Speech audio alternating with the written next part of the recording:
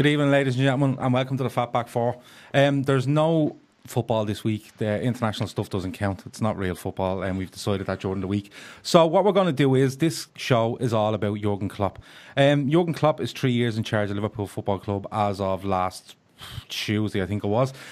So with me this evening, I have Marty, I have Grizz, and I have Ian, and we're going to go through, I suppose we're going to go through Jurgen Klopp, the 3 years from day one, and probably a few days before that, right up until now, and the outlook we have for Liverpool Football Club under his tenure. Let's get into it.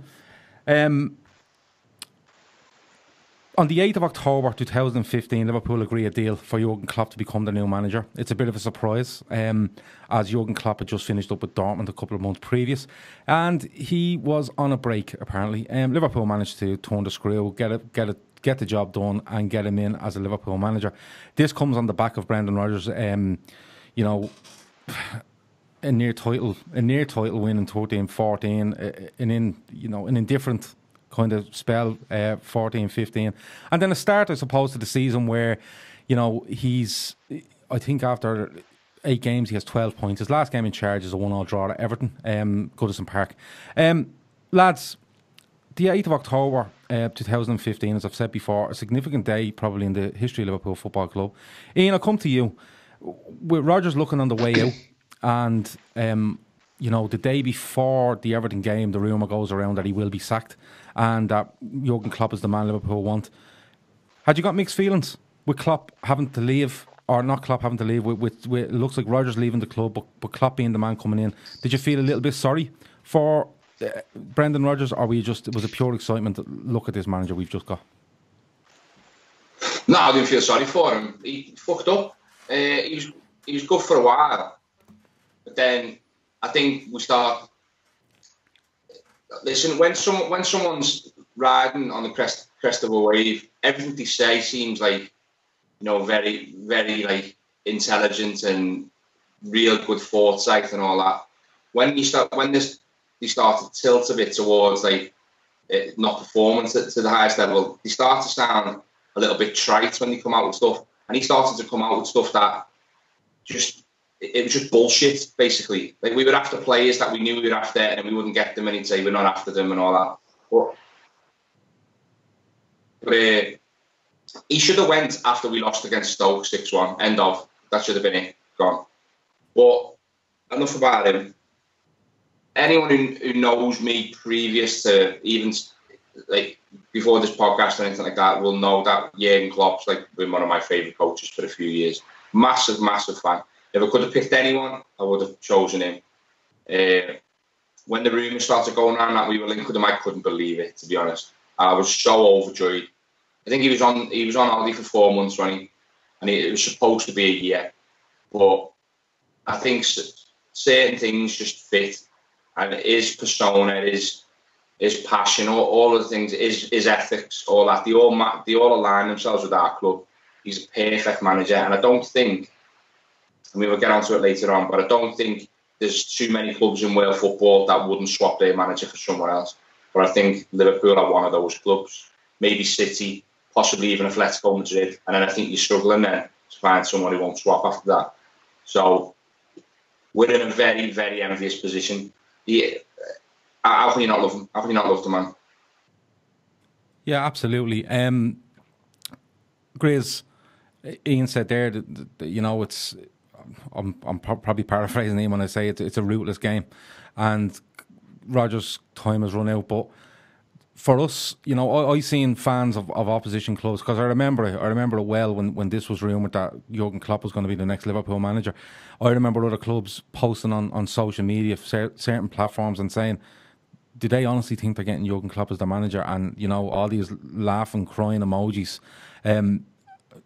But this, I hate to use the term statement of intent, Grizz, but this was a massive, massive move from Liverpool Football Club. Yeah, I just want to comment on your beard first, Gav. It looks really nice. Keep it. Yeah, man, I will. Thanks. I'm just a lazy cunt. Come on. No, you look nice. Keep it. Yeah, I remember when Rodgers was sacked, and then the rumours at the time I remember were, it was either Ancelotti or Klopp, I remember. it was like, they were saying, oh, is it going to be Ancelotti? Is it going to be Klopp? And I remember at the time, not sure. I'm going to admit, I wasn't totally convinced that I wanted Klopp over Ancelotti. Ancelotti being one of the world's greatest managers, or presently, and of his past credentials as well. So, I remember at the time thinking, I remember thinking that if fans, other clubs' fans saying that we deluded thinking we're going to get Klopp. Well, if we weren't going to get Klopp, we probably would have ended up with Ancelotti. I think the other name was that stupid knob, wasn't it? Martinez from, was he at Swansea at the time? Was he at Swansea at the time, lads? I think he was, wasn't he? No, Martinez I don't think we were linked with him after we got Rodgers. He was linked before we got Rodgers, wasn't he? I beg your pardon, yeah. So, I mean, either way... Deschamps was linked a bit as well, I remember him. So, so my point being, either way, we were linked with big names. So, it was always going to be one of the most crucial decisions of FSG's tenure.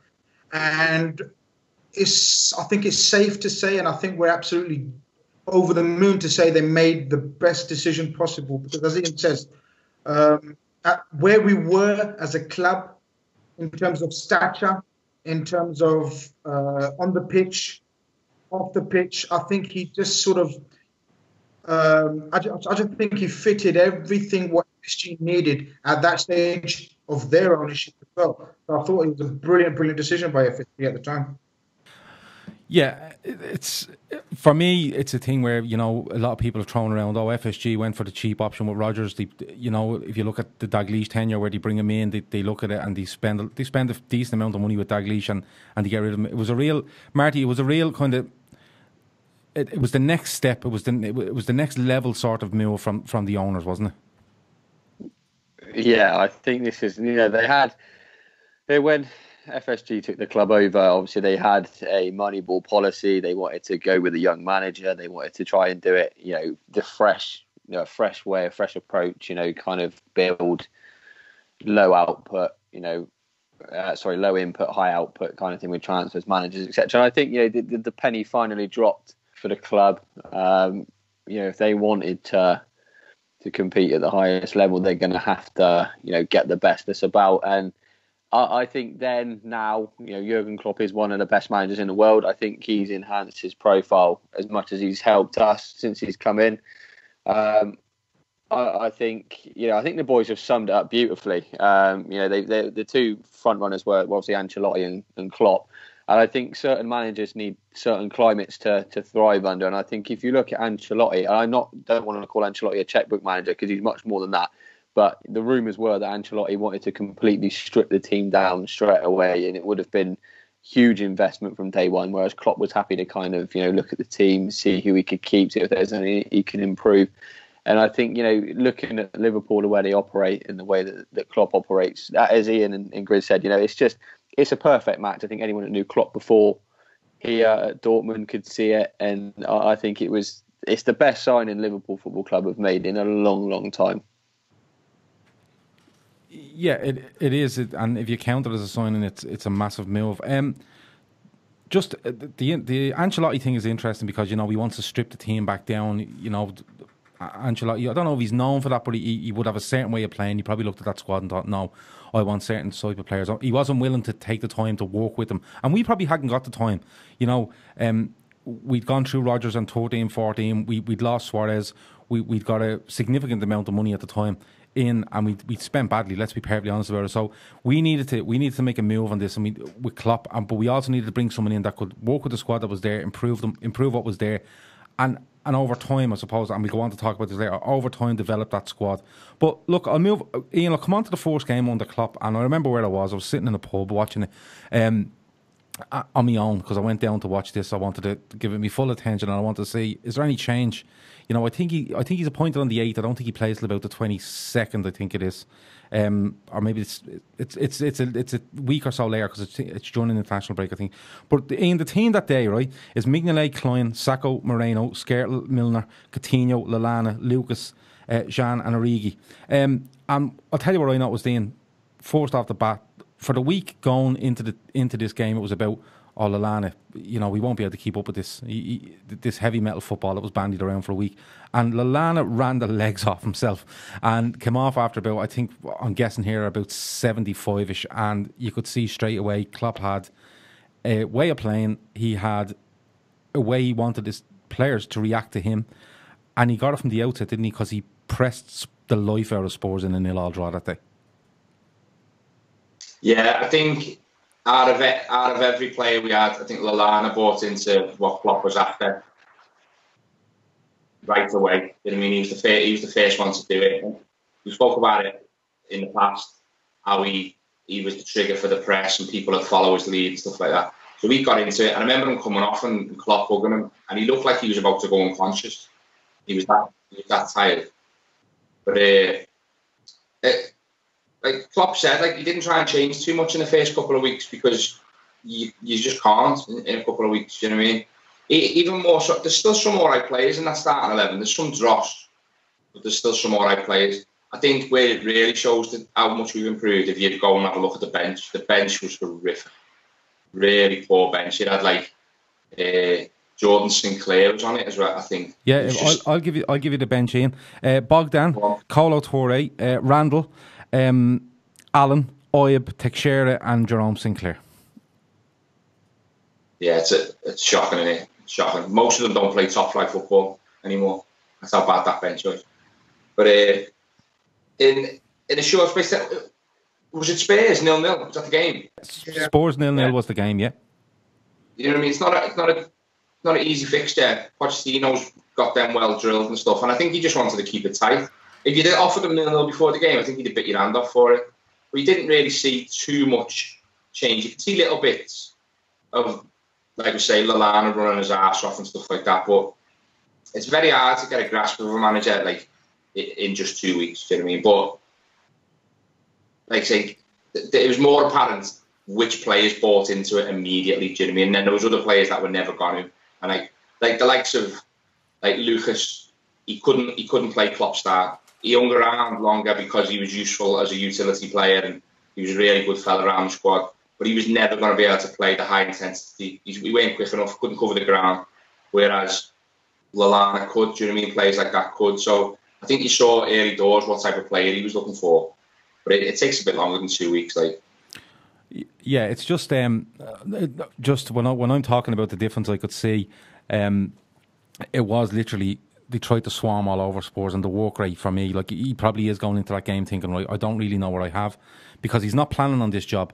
So he's coming in, he has a week to look at them, and he's thinking, what do I have? I'll put these out on the pitch, and I'm going to just make sure effort, and pressing, and give everything you possibly can. I think he'd be happy going off that pitch. Does he take a 0-0 draw at the start? He probably does. Does he take a 1-0 defeat? He probably does. But he wants to see, he takes a 1-0 defeat in the circumstance that them players gave everything for me, and I know I can rely on them for a certain amount of things. Now, as we go along in the piece, you'll see that certain players disappearing, some quickly, some not so quickly. Grizz, he starts with Spurs, all right. He goes on, and I think he draws with Ruben Kazan. He loses the Palace at home, and then the game then that comes is the 4-1 away at Man City on the 24th of November 2015, and this is one where, for the first 30 minutes, you've seen Klopp's football starting to kick in at an unbelievable rate, because they tore City apart for 43 minutes of that first half before Aguero gets one back, if I remember right. But are you seeing then, Grizz, early on, this is what he wants, and all the people that spoke about it, about his style, it's not coming to fruition, I suppose, but coming, and it's having an impact a lot earlier than you or me or the general fan base would have thought. Yeah, absolutely. Do you know, you read out that team and you read out that subs bench, and you know, Carlo Ancelotti was right, wasn't he? He was right to want to fucking strip down that squad, because that was one horrific squad. And I actually think, looking back now that we're reminiscing over his first sort of year, well, he came in a couple of months into it, didn't he?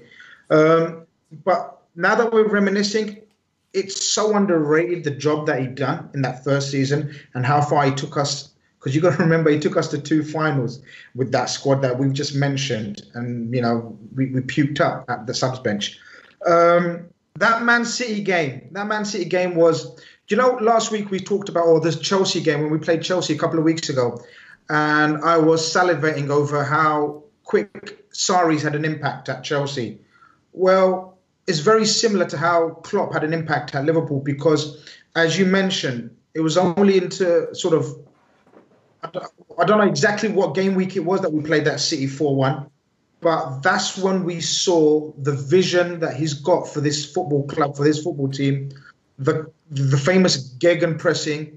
I mean, City, till this very day, haven't recovered and haven't worked out how to play against us. It would have been, Grizz, I think about the 11th league game of the season. It would have been his 4th in charge. 4th or 5th, something like that. Yeah. And I remember watching that game and thinking, fucking hell, if this is the journey we're going on with Klopp, then I'm all up for it. Look, it was breathtaking. That was when we saw evidence of it really clicking. I mean, we talked about the Spurs game earlier, but even the Spurs game, I don't know if you guys remember, but we had enough clear-cut chances to win it. I think Phil Coutinho misses near enough an open goal when it's laid across to him or something. And so that would have been an amazing start. But that Man City game, and I think was Pep into his 2nd season at that time at City, because Pep would have had a season with City, so he would have known his players far more than Klopp knew the Liverpool players. But still, Klopp had such a major effect on our players. And more so, I know it's a cliche, but you could see the players busting a gut for this new manager, and that was a very positive sign of things to come. Yeah, absolutely. That game, for me, it showed how he wanted his team to press high. All this sort of stuff about pressing triggers, and Lallana was at the forefront of it. Again, that player that people thought, no, he won't be able to keep pace with this. But he's the trigger. He goes, he wins ball, and they play around City. They really do. I think it's the 3rd one where there's a lovely back heel from Jean, puts in... it might have been Coutinho. He knocks in Firmino, but it was outstanding football. Skrtel scores a beautiful volley as well to make it 4-1 early enough in the second half. Marty, I'm going to move it on a little bit, because let's be honest about it, without the red tinted glasses on, there was a big media love-in with Klopp when he signs on the dotted line for Liverpool. He's that loss to Palace is kind of overlooked. It's not his squad. Different things like that. They're going along in this Europa League campaign. But the Man City one, it's a big win. But if we throw it on about another month, it's the 13th of December 2015, and what happens there is we have West Brom at home, and the love-in is continuing, and this is probably the first bit of I don't know if it's bad press he gets, but it's a little bit mocking is the word I'd use. They get a late deflected goal to make it 2-2 at home to West Brom, and Klopp brings the team and subs to the Kop afterwards as if to salute them as, kind of a bonding exercise, I suppose. When you seen this, did you cringe a little bit? Did you think, okay, that's how he does things? Or was it an act of defiance? What way did you find this? Because for me, it was the first time I seen not people turn on Klopp, but mock his ideas a little bit. Yeah, by all accounts, in the Bundesliga, it happens quite often, that kind of thing. They're very appreciative of their fans over there. But, I mean, look, you've got, as Liverpool fans, you kind of sometimes have to forget what the media say or forget what rival fans say. We had to look at the bigger picture at the time. And, let's not forget, like I said, he's still early in his tenure at Liverpool. And, the fan base at the time is still... it's still hurting. Obviously, we've just had a real couple of average seasons under Rodgers after the title hunt. I remember when we, I don't know if it was still this season when Klopp came in, but I think, the home game against Carlisle, was it, in the Cup, where we went to penalties, and it was just horrendous. And I think it was a week before or a couple of weeks before we just lost at home to Palace, was it? And Klopp came out quite publicly in the press conference and said that, he saw the fans leaving in sort of the 82nd, 83rd minute, and he said he never felt quite so alone. And then what he got from that were the fans stayed until the very end. That Origi goal was deflected. It was a shit game. The fans were there till the 90, till full time, and that was Klopp and the players saying, "Look, we've seen that reaction, and we appreciate it." And you're going to get the rival fans, giving it, they're celebrating a draw against West Brom. But, fuck them. This was that moment for me was the moment when Jurgen Klopp, the players and the fans bonded. That was when, Jurgen Klopp sent out a rally cry to the fans. The fans answered. They bonded. What did you say? They bonded, Grizz, is what he said. Bonded. Yeah. Yeah. Klopp sent out a rallying cry in the press conference, and the fans answered, and that was his way. You remember, he's not English, he's German. They have their way of doing things, and that is his way of saying, I appreciate it. We know you're there, and that was I think that was a big part in creating the bond, Grizz, between the fans and Klopp and the team. Bollocks to what everyone else said. Yeah, bollocks to what anyone else says. Yeah, you have the right attitude. Gab, can I just butt in there? Of course you can. You do anyway. Go on. Do you know what it was? If he continued doing that, then we could have said it's cringe, and we don't really appeal to that. It doesn't really appeal to us. Sorry, but the fact that he learned from it very quickly, he saw the reaction from media and etc. Right, he done it for a purpose. It wasn't ever going to be a regular thing like he had it at Dortmund. Do you remember he specifically said, "This is Liverpool, that was Dortmund, it's totally different," right? But you've got to remember, there are some things ingrained in him in terms of how he bonds players and teams and crowds and unites them. And this was just one incident or one sort of act that he'd done with the team and the players all together. I don't think we did it again. I don't recall, unless it was like an amazing victory like the Dortmund one, where it was a special occasion, but I don't think we've done it. We didn't make it a regular thing, and that was another sign of Klopp always looking to learn and adjust to sort of this new culture in this new league. Yeah, absolutely. And like Marty said, it was just his way of doing things, and even to this day, I think about it and think it probably wasn't. When I looked right, probably not for me at the time. But now I look back at it and think he can do what the fuck he wants, to be perfectly honest with you. He can start throwing players into the fucking cup for all I care. But, the season was going on. The results weren't too bad. Some good, some bad. But it was an indifferent season as it went. But people were waiting for this breakout, manic game involving Liverpool where it absolutely go off the rails and Klopp would look like he's enjoying every single minute of it. That came on the 23rd of January, and when we went to Norwich, an absolutely ridiculous game of football, to be perfectly honest with you. Ian, we win that game 5-4, if my abacus is working properly. Lallana scores in the last minute. January signing Stephen Colker is the man causing all sorts of trouble in the box, but I remember going 4-4 in the last minute and going, for fuck's sake. And then Lallana just pops up and bangs her in. You're thinking, oh yeah, I'll have loads of this every single week. Were you the same?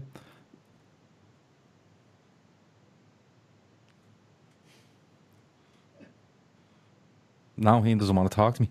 All right, that's okay. Why? What? Was that a question? No, it wasn't a question. I was just telling you something. I was telling you about my big shop I done on Friday. Don't worry about it. I couldn't hear you. You went? Oh, I went. I was gone to do the big shop. I forgot something on Friday, so I went off to get it. I'm back now. Get Jaffa cakes? Did you get Jaffa cakes? No, I don't eat them. Don't eat them. Nah, the shit. Yeah, he told you what he got today. Did we discuss our favourite biscuit before, didn't we? We must do that again, because I think things have changed. It's moved on since we started this pod. Biscuits have changed in the last 12 months or so.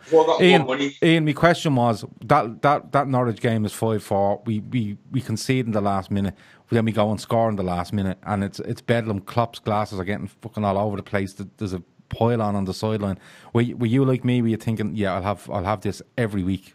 5-4 every week will do me. Yeah, it's exciting, isn't it? It's like Klopp ball, and and to be honest with you, I don't think I could handle that every week. Do you know what I mean? I'd look even older than I do now if that was the case every week, or I'd have like some sort of seizure or whatever. But I think the best part of that game, because we were woeful at the back, but we were brilliant going forward, and that was kind of our style under Klopp for at least the first 18 months. But it was just the reaction of everyone when Lallana scored, top off, fans going mental, Klopp going. We've never had a manager like that. Do you know what I mean? We had years of Rafa who wouldn't smile. that Gerard Houllier, who wasn't much more animated than Rafa. Brendan Rodgers didn't really get involved. Kenny Dalglish wasn't a big celebrator really. So this was the first time we'd ever had a tracksuit manager here, and someone who was like fucking mental. Do you know what I mean? And would jump in the crowd and would egg everyone on. And when Lallana scored and he ran straight over to the boss, the gaffer, whatever. I think sometimes you see that happen, and I think it's for show. You know what I mean? But this wasn't. This was. They all clearly loved the new boss. You know what I mean? They all want to impress him, but they clearly loved him. And his respect for them was reciprocated by him going mental and smashing his glasses, and it's ridiculous. And some people outside of Liverpool tried to say, "Oh, he looks like an idiot doing that." But there's not a single fan who doesn't want their manager to show that sort of passion when they score a last-minute winner. There's not a single fan who doesn't. And we had them. Do you know what I mean? The start of football, it was coming along. At the beginning, he looked quite naive defensively, but he's proven since then that wasn't the case at all. It was a work in progress, but it was more the highs and lows early on were a bit more obvious. You know what I mean? But that was tremendous. That was tremendous. But on the other side, it was almost the exact opposite when we lost away to Bournemouth. Do you know what I mean? It was up and down all the time. It wasn't always an easy watch. No, it wasn't always an easy watch, and I suppose it's good to look back at it now and the progression from October 2015 to now, and the different styles, the different players he's used, the different mentalities he's had going into games, the different ways he's tried to blitz people at times, and other times nullify a team. Nullify them, and when we nullify them, then we'll hurt them. It's progressed as we've gone along. I just want to touch on one more thing for this season, because I know we were in two finals in this season, and I want to get to finals in general near the end. But just one thing I want to touch on, and it's the UEFA Cup run or Europa League run or whatever they call it now, and you know how lucky, I suppose, Grizz, how lucky is he? Not so much lucky, but he draws United. You know, we do that all right. We're okay there. But it's the Dortmund game. How lucky is he, I suppose, in his fourth season to have a game like that where we're 1-1 going into the second leg. We go 2-0 down early. We go 3-1 down, and we manage to come back and turn this around. How good is it for a manager, Grizz, in his first couple of months to have that sort of game where Anfield nearly falls over with the emotion that's going on? I still watch videos to this day of it. Where it's just pure raw emotion and belief in a team, and so early in his managerial career at Liverpool, a belief in the manager that anything is possible. That game, is it really big to him even to this day? Gab, do you know what it is? That game sort of kind of proved the method to his madness to be correct. All that fist pumping during the early part of the season, the celebrations, what Ian said, at Norwich, they were sort of they were genuine, and all that sort of rallying cries that he'd done and waving to the crowd and everything.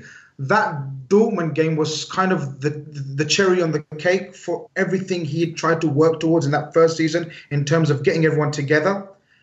And people can say what they want, but you don't come back from sort of games like that and the performance in the United game and the rest of the comebacks he made without having the players, as we've discussed before, really, really working their bollocks off for you and believing. Do you remember that first season coming to that was when he started the doubters to believers phrase, didn't he? We need to start, turning doubters from believers. Yeah, he says that in one of his first interviews, and I think it actually comes back up near the end of the season. You're right.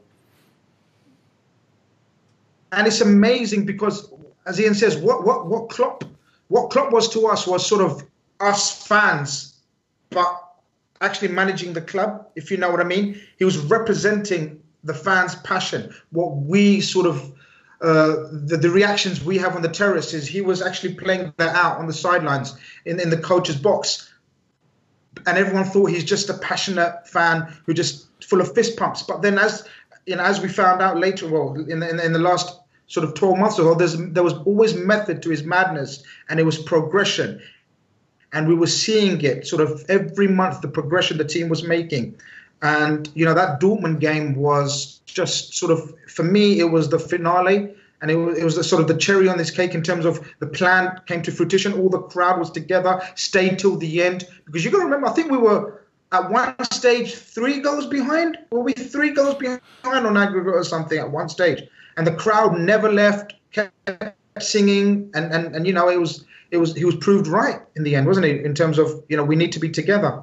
Yeah, I think like you'll see Klopp has been at Anfield in a pre-season friendly with Dortmund, and he spoke when he signs about Anfield's special stadium, special club, special atmospheres, Anfield under the lights, all this sort of stuff. But I think being the manager of Liverpool Football Club on a night like that is completely different to being, not being the Liverpool manager and seeing it from the outside. I think being involved with that much emotion against his former club as well, you have to remember, it was something I think was special for him, and I think it opened his eyes a little bit as well, as much as it opened their eyes to him. I think it opened,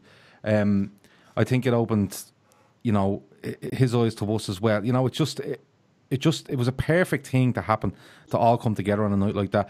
Just to close off that season, we finish 8th because I think we gambled on the Europa League and it doesn't really happen. We finish 8th. We actually finished behind Southampton and West Ham, which is fucking madness to think of nowadays. I'm going to go into 2016-17 season, and Marty, I'm going to come to you first. There's a lot of changes. He brings in Mane, he brings in Karius, Matip, Clavin, Manninger, and Wijnaldum. The list of players that leave, you've Enrique, Torre, Rossiter, Teixeira, Sinclair, Yessel, Canos, Skrtel, Oib, Allen, Smith, Benteke, Alberto, Balotelli, Alori. He does a clear out. He's taken this 7 months of football to really look at the squad and decide, right, this is who we don't want, and he does it. But we start the season, Marty, quite well. We've won, lost in the opening 13, and the standout performances, I suppose, are Hull at home 5-1, Watford at home at 6-1. And at that stage of the season, I think it's early November. It's probably the first week in November, Marty, and people are talking us up as these are playing electrifying football. We're being talked as title challengers, and we're blowing teams away. When we get to that stage, Marty, where we're putting teams away like this, are you actually thinking, could he do this? Could he do this in his first full season? At the time, I did get caught up in the Klopp heavy metal football hype. With hindsight was a wonderful thing. I think squad wise, we were still short. I think that was the year that obviously Chelsea won it, and their squad's ridiculous. I think that was the first season, wasn't it, that we saw Pep, and it was just our defence wasn't. At the back we weren't strong enough. Obviously we had the Karius Mignolet swap mess about situation. So at the time I probably did think, hold on a minute, we look good, but in hindsight, no, we didn't quite have the squad. I think we relied heavily on Mane that season, which is baffling really, considering we didn't have him the season before. For him to come in and actually be the player we rely on, when you think we had Coutinho, Firmino, Mane came in first season, was the main man, really, wasn't he? And I think Marty, that kind of lack of squad depth. Would that have been down to his pace? Because a lot of people the previous season had spoken about Liverpool's lack of direct penetrating pace, and he looked to fix that fairly quickly. Yeah, pace was definitely a factor. I think obviously Klopp, the big part of Klopp way is transition from defence to attack, and for that you need pace. Mane obviously was the kind of, he seems like the first cog for Liverpool, for our attacking unit for that. So yeah, absolutely the pace, and much more. He's a quality operator, isn't he, Mane? He when he's on song, he's got pace. He can finish. He can beat a man. He's brilliant. But in hindsight, we were a little bit short. But the objective was, it was always top 4. It was always get that top 4, and anything else would have been a bonus. To sum it up, no, I don't think we were ever really sort of serious title contenders due to just the squad in quite a leaky back 4. Yeah, I got caught up, I'm being honest with you. If I remember rightly, I was at a wedding, suffering from the day before, watching Liverpool against Watford, and even United fans around me were going, this is unreal to watch, and that's genuine. I had a United fan and an Arsenal fan sitting with me, and they both said, this is mind-blowing what they're doing. The speed, the work rate, the speed, the power, everything about it. so clinical. They were talking Liverpool up as well. So that was, when you have people like that talking them up, you've every right to do it as a Liverpool fan, I suppose. Ian, you mentioned earlier a game, I think it was yourself that mentioned a game earlier about Bournemouth. And this is on the 4th of December. And we lose the game 4-3.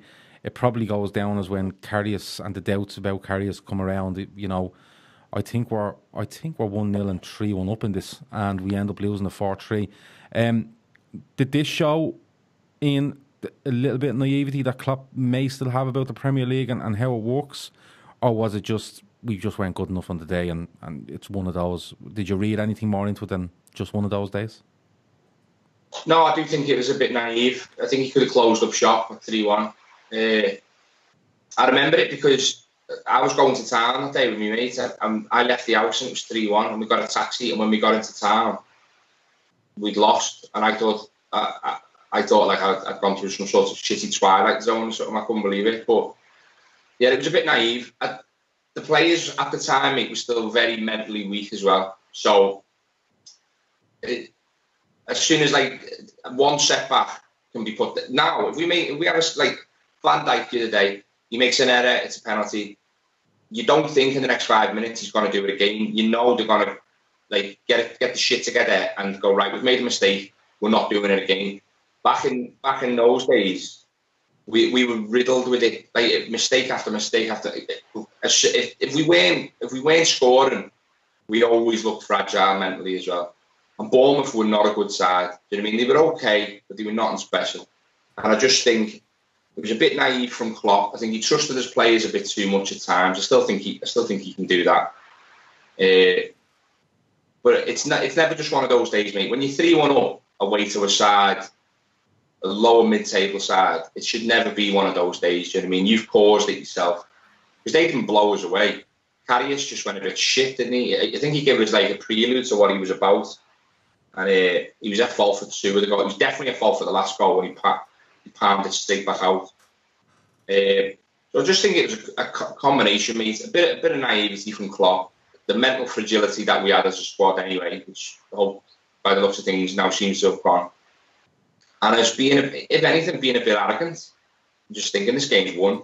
It happens, you know, big sides think they've already won. 3-1 up at a side like Bournemouth, not long to go. You probably do think you've won.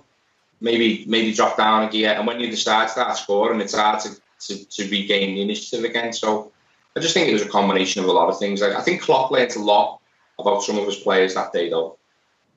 Yeah, I think he learned a lot about his players, but I also think he learned a lot about the league. You know, he's probably looking in Germany going 3-1 up with whatever amount of minutes left. We'll see this out. I think the Premier League kind of bit him on the backside that day, because no team ever gives up. And if no matter what the team is, if they get ahead of steam against you and your players look anyway fragile, you'd be taken advantage of. And like you said, he learned something about certain players that day. I agree with you. We've about 20 minutes left, so I'm going to move it along. Grace, I'm going to give you the last bit on the 2016 season, right? The last 10 games of the season, after going through a period where we had a very rocky period, the squad, I suppose, and its lack of depth started to show. Tiredness, we weren't on it. We really weren't. But in the last 10 games, we win 6, we draw 3, and the one defeat is at home to Palace again. But there's a different style. We start dogging games out. We start being a bit more pragmatic and you know, not being as gung-ho. That impressed me in those last 10 games, where we were able to change style, get results, and Klopp, to, I suppose, you know, he adapts, and he adapts well with the squad that he has. Even though it's not completely what he wants, he adapts really, really well. We finish in 4th place, 76 points, 1 clear of Arsenal. It goes down to the last day. But Grizz, was that another stage in Klopp's development as Liverpool manager, where he has to change his style and do something slightly different in order to, you know, get to the end game and get it done? Sorry, Gav, Steve, I was sending me some shitty gifs. Okay, well, you stop. If you read gifs again, I'll just have to get rid of you. No, I blocked him. Okay, you know, blocked him. Yeah, that's fucking the perfect thing to do. Go on. That patch, Gav, that last 10 games, really impressed me for the fact that everyone thought Klopp was this heavy metal gung-ho type manager, only knows one way to play.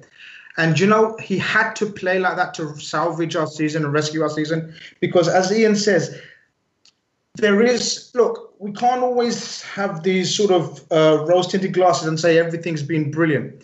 And that patch from November to about February, where he refused to rotate. Do you remember there was a lot of controversy, or call it what you want, but sort of a lot of fans asking for rotation, but he stuck. And as Ian says, he was very loyal to the players, and that nearly cost him our top 4 place that season. And he salvaged it and rescued it. And I think that was a brilliant sign of a great manager for me, that he saw where it was going wrong and he abandoned that heavy metal football. And for those, as you mentioned, the last 10 games, he totally revamped our style and became more pragmatic. There was subtle changes in formation, some more blatant than subtle even. I think at times we even played with a back 5 or totally revamped our midfield and made us far more difficult to beat. So as Marty said earlier, our target for that season was mainly in the summer to flush out all the turds, and he did. I remember us getting really good money that summer, right? Talking about turds, yeah, you guys. Anyway, but pardon the pun, but he. Swear to God, absolute madman. Go on.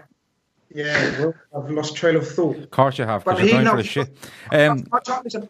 Our target that season was to get top 4, and he managed to get that top 4, by totally sort of revamping his style and even his methodology. And I thought it was a brilliant, positive sign of things to come in that end of what year would that have been? 16, 17? Yeah, correct. Yeah. Right. I have to compose myself because Grizz's toilet habits now are up for discussion. Right, I want to move it on again. 2017-18. Marty, I'm going to come to you first. He signed Salah, he signed Solanke, Robertson, Chamberlain. VVD, early June, he brings them to Blackpool. They go on the rides, they have popcorn and all sorts of stuff, and it just doesn't happen. That's a drama that runs right up until the 24th of August. Most notably, Lucas leaves the club. You have the Coutinho saga that kicks off probably a week before the season starts. So it's not the most, I suppose, perfect, smooth running pre-season you'd be looking for. There's an indifferent start to the season, I suppose. But the big one that comes, Marty, is on the 22nd of October, and it's Spurs at Wembley. It's the 4-1 game. For me, this is the biggest watershed in Jurgen Klopp's career so far as Liverpool manager. Forget European nights, forget finals, forget signings, anything else. This, for me, is the biggest watershed moment in Klopp's tenure as Liverpool manager. Would you agree? Because that day, for me, it was make or break for a hell of a lot of players after that. Yeah, I think in that little period we had either just or we were about to lose to City as well. Quite heavily at the Etihad. The beginning of last season was just dominated by the defence, wasn't it? Obviously, the Van Dijk saga happened. We didn't get him. Everyone was kind of screaming at, why are we not getting another centre back? Why are we not getting another centre back? It's obviously been a problem area for a few years up to that point. We really wanted Van Dijk. We knew then he was a class operator. Obviously, if we knew what we knew now, it would be even the meltdown last summer would have been even worse. But I think it was his worst defeat. But I think it was stuff that we as fans and Klopp already knew. Dejan Lovren, Mignolet. He was next to Lovren that day. Matip. Yeah. They're just not good enough as a unit. We had this argument a couple of weeks ago with the cup game. As a unit, Mignolet or Karius, Matip, Lovren, Moreno, they're just not good enough, and we knew that at the time. And I think this kind of highlighted to Klopp. I think this is the first time we saw Klopp make a substitution before half time with Dejan Lovren. And I certainly thought, all right, fucking hell, he's done. That's it. He is done. He's had it with Lovren. Yeah, he was he was having a mental breakdown on the pitch. Yeah, Harry Kane, he shat all over him, didn't he? Harry Kane absolutely fucking slaughtered him all over the place. And he didn't even have to play well. This is the worst thing. If Harry Kane had an absolute blinder, you would just say, he got the better of him. But he didn't do it. He was very rash. He just, that one on the halfway line where he tries to win the ball and it goes over him. You just think, here we go again. That was exactly what we thought. Electric going forward, but at the back, here we go again. And I think that kind of dawned on Klopp. I mean, I don't know what his plans were with Van Dijk, if he was going to go back in January anyway. But I think that was the moment where he said, look, enough's enough. We have to change this. And then obviously January comes round and then it all changes with Big Virgil. So, but yeah, it was an awful day for us. Awful day. It was an awful day, but now it probably feels like something that had to happen. It feels like it needed to happen for any of these, not doubts or any of these people, is he good enough? Is he not good enough? And look, in fairness, Van Dijk comes in and Lovren plays beside him and for me is outstanding for 6 months of last season. But just moving on through this season, and Ian, I'm going to come to you next. But after the Spurs game, we go 18 games unbeaten, and that includes a win that home to City 4-3 in the league that puts their unbeaten run to an end. We actually get beaten away on the 22nd of January by Swansea in a 1-0 defeat, which was turgid to fucking say the least. We go out of the cup to West Brom. Coutinho leaves. Van Dijk comes in. A lot happens. But this European run is just moving nicely. Ian, I'm not going to go into it game by game or look at certain players or certain games or certain outcomes. But as you look at the Europa League, I suppose 2 years previous, and you look at this one just this year, how much enjoyment does this bring to you, Ian, watching the teams that they're dispatching, to be perfectly honest with you, through Porto, City, Roma, and onto the final as opposed to Real Madrid? But how much enjoyment did you get out of this? How much did you think, no, Liverpool are the real deal now? Well, I mean, you know what? This is, I've said it in the past, and this is what I mean by it. Trophies. There's more to football than trophies and medals, and it's memories as well. And you can remember how your team were playing, and we were blowing sides away. And I remember we went to Portugal's ground, and they hadn't lost at home in over a year, and we fucking annihilated them at home. And then everyone was saying, "Oh, you got City in the quarterfinals, you're done." And then we just took them to pieces at home, and we were just. The crowd, we had new songs, because you do have new songs when your team's flying, don't you? They go hand in hand, and I mean, it took me after the final. It took me about 2 months to genuinely start talking about football again. I was distraught because I thought we were going to win it. I think we were the best team in the competition, so I thought we were going to win it. Obviously, football is not that simple, but mate, in 20 years' time, 30 years' time. We'll talk about those games when we were just smashing teams to pieces and our like, you know what I mean? Like, fucking, everyone was terrified of our back three and, our front three. And those memories don't go, do you know what I mean? And if you talk to people from like the previous generation, they talk about games against like Saint Etienne and games like that. And it's, they didn't win a trophy against Saint Etienne, and we didn't win a trophy again when we took City to pieces. But you'll remember that game more. I remember that game more than when we beat Arsenal in the FA Cup final or any of like Ulier's like cup wins that I barely remember. Do you know what I mean? It's just the best thing I can say about Klopp and Liverpool at the moment is we're just brilliant. It's to watch. Do you know what I mean? When it works brilliantly. But it's just so exciting. You look at the fixture list and you think, right, who have we got next? Sound. There's no trepidation. You can't wait to play them. You don't fear anyone. You're like, right, when it's going to click this weekend, we're going to smash them.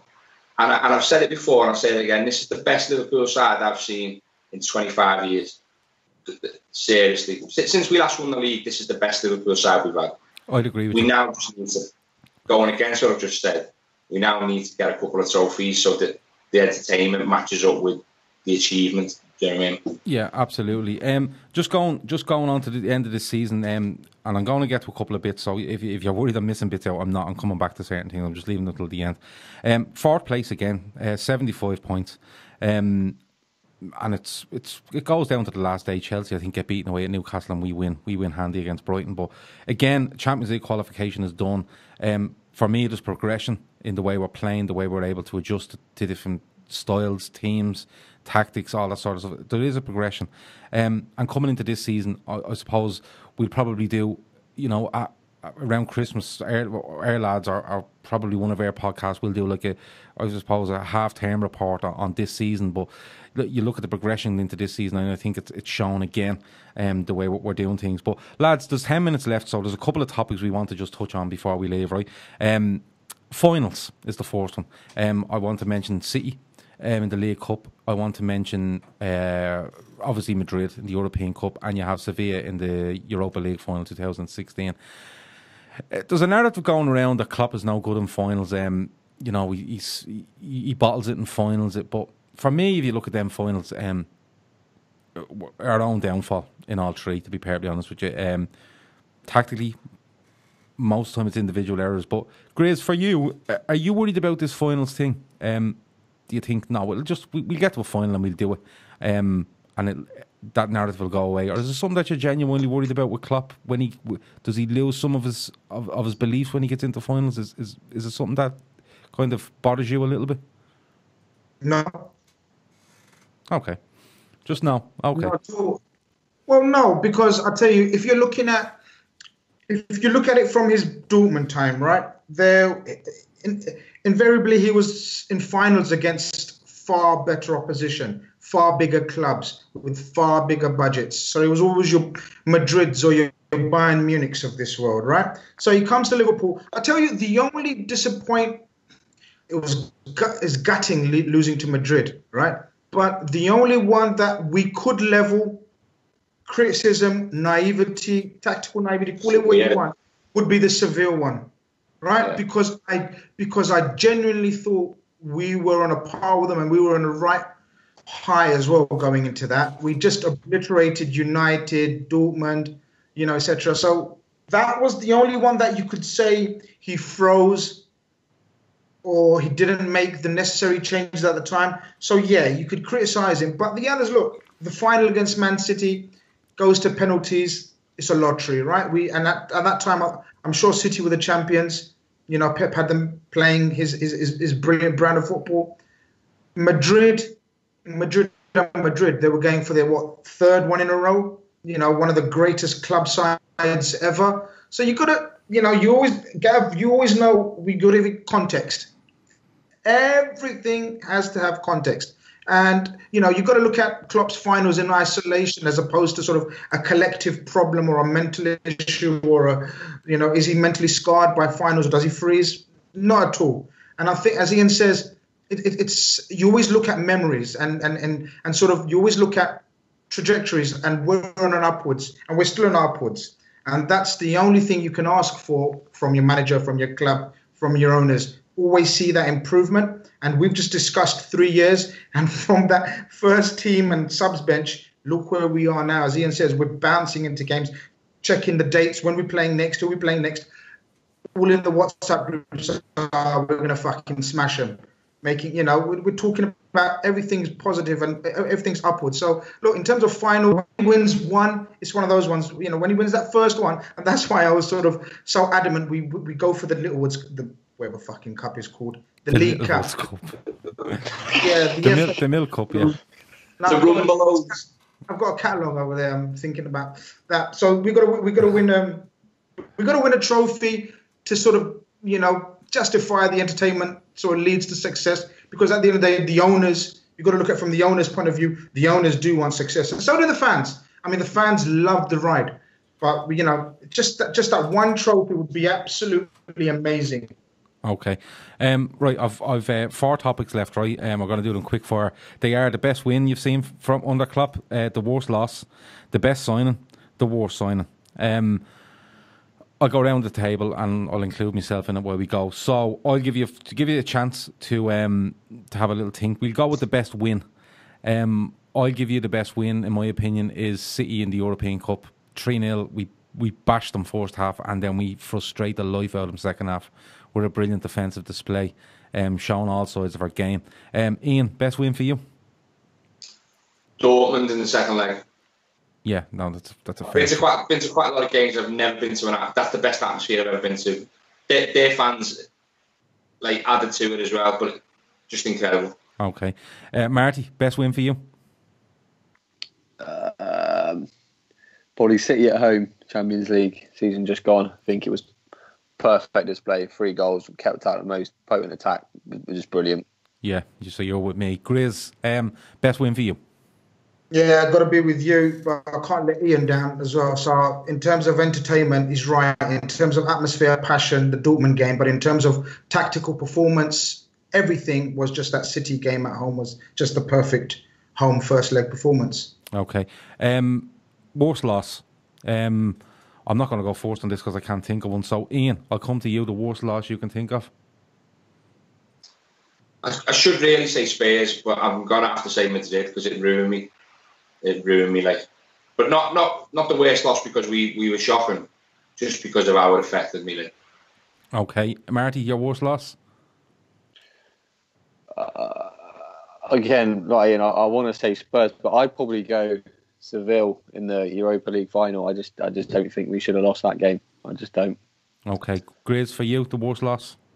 Because I'm a super fan, I'm going to go for the best worst loss, if you know what I mean. So I'm going to go for the Spurs one because I think that was a turning point in Klopp's managerial career of Liverpool Football Club. So I'll go for the Spurs loss. Yeah, they're all good shouts. I'm going to actually take the 5-0 away to City because what killed me about that was that we were the better side. We genuinely were. I'll still to this day argue with anyone that says it's sending off. For me, it's not. And I think it knocks us and it gives City a monumental boost. It really does. You see them winning games last minute and stuff off the back of it. And, it really gave them a push. So that for me. Best signing. Marty, I'll come to you first. The best signing during Klopp's tenure, what would it be? I think it's Virgil van Dijk. But I would make a really strong case for Mane, purely for the fact that he came in when we didn't have Champions League football. We weren't a massively attractive proposition apart from Klopp. And he, for me, was probably the most important cog in getting us to where we are now. He came in when we were all right. And he was just absolutely sparkling. So I would make a really big case for Mane or Van Dijk, probably Van Dijk just, but... Okay, I'm going to take Van Dijk as your final answer. Ian, best signing? Van Dijk. Just because, well, for a lot of reasons, but the main one is how much he's improved everyone around him. And I think Mane, Salah, Firmino, whatever, they can all have poor games and you know what I mean, the team seems to suffer. But if Van Dijk has a poor game, everyone around him has improved because he's there. In other words, he doesn't seem to have a poor game. His presence improves everyone around him. So no one even talks about 75 million. No one. And that's how good a signing he is. Yeah. Graves, for you, the best signing? Yeah, I done a poll, didn't I? So I left out VVD out of the options because for me it's clearly VVD. It's easy. But I have over 2,500 votes. People, 40% went with Salah. Mo Salah as his best signing, but I'd like to put in a word for Mane as well. I think, and also is this where you name the squad? Is this the bit where you name the squad? They do it every fucking week. Give it context. Now I go with apart from VVD, I go with Salah. All right, okay. For me, it's Mane. Van Dijk is a good show. It's a great show, but for me, it's Mane because, like I said earlier, he changes the way we play. He brings that direct, fast pace. He changes the whole concept of what Liverpool's team is and what way we do things. And off the back of his signing, we add the likes of Salah. And don't get me wrong, Van Dijk was an integral signing, but for me, just the change in the way we played and the threat he brought, I just edge at Mane over Van Dijk. But look, when we're naming names like Van Dijk, Salah, Mane, Robertson, when you're naming all these players, it's good to see. It's a good thing when you can't easily pick one. Last one, lads, we done a poll on this yesterday, which was the worst signing, and we got a bit of grief because we put Matip in there, and that was just after a discussion between a group of us, and Matip come up a couple of times because a couple of them don't rate him. But for you, what's the worst signing that he's made, Chris? For me, the worst signing he's made, Karius. Okay. Yeah, there's not much more to say on Yeah, that. yeah. Well, no context here. I need to give context there. Karius said he's awful from the start. It's proven so. I have to check your contract. You don't have to fucking go on. Like, you can just say Karius and leave it at that. It's not in your contract that you have to do all this. You started asking me more questions. Numpty, you didn't carry on. I just gave you one word answer. He needs a shit that bad. Like it's forcing its way out of his mouth. Well, I tell you something. The only thing I would say is, does anyone want to stay on another half hour just for the crack and see what happens, Grizz? We could do it. Steve-O's not letting me hear, but 2 thumbs up, 3 thumbs up. I'm losing you guys. I'm losing you. There's no reception. I'm losing you guys. Yeah. Are you in a tunnel? Come here. No, the worst signing Grizz has got Macarius. I don't think there's any other answer, really. I genuinely don't. I don't like Matip, but I don't think there's any other answer than Karius. But look, I'll leave it up to the 2 lads. Ian, is worst signing? There is no one answer. Karius, I hate him. He ruined my life. Oh yeah, he did. He ruined your life. I remember that. No, there was 2 months where Ian's life was ruined. You couldn't even look at blonde people for about 2 months. It was mad. And my daughter's blonde. It was very awkward. Yeah, it was. Yeah, it was. It got a bit ropey there mid June. Come here, Marty. Are you gonna give us any advance on Karius? Yeah, I think I have to go with that. But one quick point I just want to make off the back of it. It's just testament to how. Yeah, it is. I'm channeling my inner Grizz tonight. I just want to see you shit yourself live. One thing I want to add, it's testament to Klopp, is that I think he's the best manager in the world at buying players for his system. I don't think there's anyone better than Klopp, apart from when he buys Karius, then he's shambles. But yeah. Yeah. I always wonder about Karius if he didn't get that hand injury in the summer of 2016 and ends up out. But look, where to now for Liverpool? Look, we're doing well in the league. Champions League is okay. The League Cup, don't worry about it. The FA Cup will come up and players will get a game. We're right in the mix. The international break we're in the middle of it, but we're back next week away to Huddersfield, I think, if I remember right. Saturday evening, I think it might be. But look, that's been a nice chat about Jurgen Klopp the first 3 years. Hopefully there's a good few more to come with trophies and everything else to go along with it. I've been your host, Gav. I thank Marty. Thanks to Ian. Thanks to Grizz. Thanks to Laboon for our intro music. Thanks to Steve for producing. It's been good. Talk to you next Sunday. Over and out.